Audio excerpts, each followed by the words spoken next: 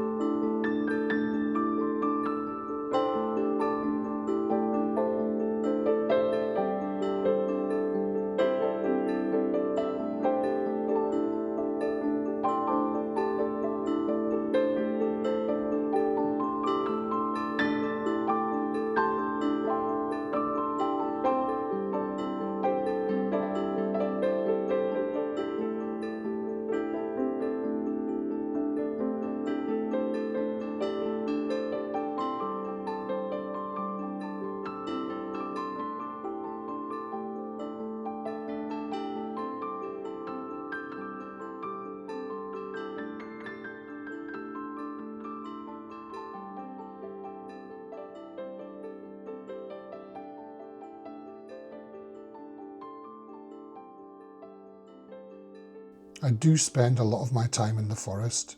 The worst time for me is summer. Everything is so overgrown and green. I find it very hard to compose in those circumstances. So as I said a little bit earlier, viewing things in black and white through my viewfinder really helps me to pick out the images much more easily in those situations. It brings out the shapes, it helps to define texture, and the light and the shadow is much more pronounced. The opposite can also be true.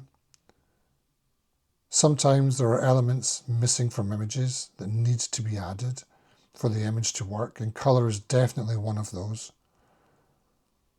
Often when it is misty, for example, or raining, conditions that I shoot in a lot, they're by far my favourite conditions to go out shooting in. Or even if it's snowing, you get an effect where the mist or the rain or the snow envelops everything in the image. It flows between the layers of the image, and this has the effect of obscuring the different layers within the image and compresses everything. In these circumstances, One of the ways you can bring back or insert the separation into an image is to introduce colour or texture.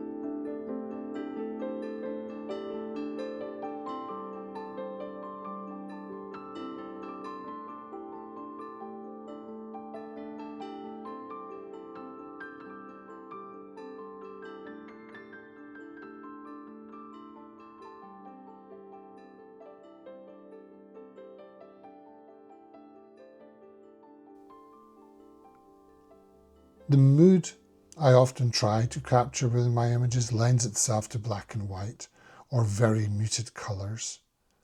The colour images I do produce, I often edit to be very muted. I'm not sure why, but when I think about it, I may be trying to add just enough colour for the intended purpose and no more. Ultimately, everyone has to produce what they like, and if colour makes you happy with your images, then you need to go that way.